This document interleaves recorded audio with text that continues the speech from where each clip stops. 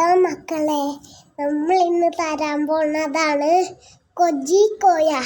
കൊജിക്കോയാണ് പാല്, ഇഞ്ചി അതൊക്കെയാണ് നമ്മൾ ഇന്ന് എടുത്തിരിക്കുന്നത്. പിന്നെ അവലു, പിന്നെ പയവു, പഞ്ചസാര ഇട്ട്